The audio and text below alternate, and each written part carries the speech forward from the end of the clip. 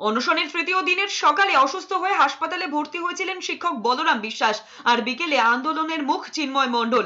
অনশন মঞ্চের শারীরিক অবস্থার অবনতি হওয়ায় তড়িঘড়ি চিন্ময় মণ্ডলকে এনআরএস হাসপাতালে নিয়ে যাওয়া হয়েছে।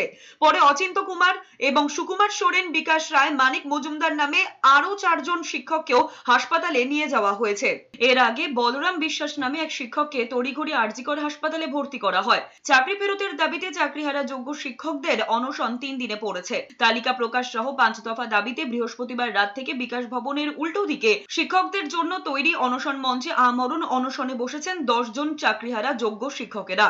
শনিবার রাতে মেডিকেল সার্ভিস সেন্টারের চিকিৎসকেরা তাদের স্বাস্থ্য পরীক্ষা করে গিয়েছেন। পাশাপাশি অনশন প্রত্যাহার করার অনুরোধও করেছেন।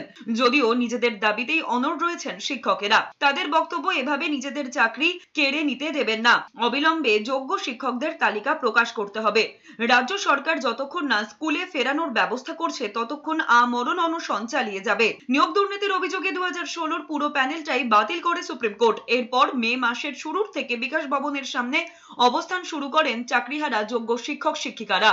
এখন এরা শুধুমাত্র মনের জোরে এরা শুয়ে আছে এখানে, এবং কাল রাতেও আমাদের মেডিকেল টিম এসে চেক আপ করে গেছে। চিন্ময় যেমন ব্লাড প্রেশার থেকে শুরু করে সমস্ত কিছুই লো, এবং সুকুমারেরও ওরও শরীরের ভেতরে বিভিন্ন সিমটম আমরা দেখতে শুরু করি।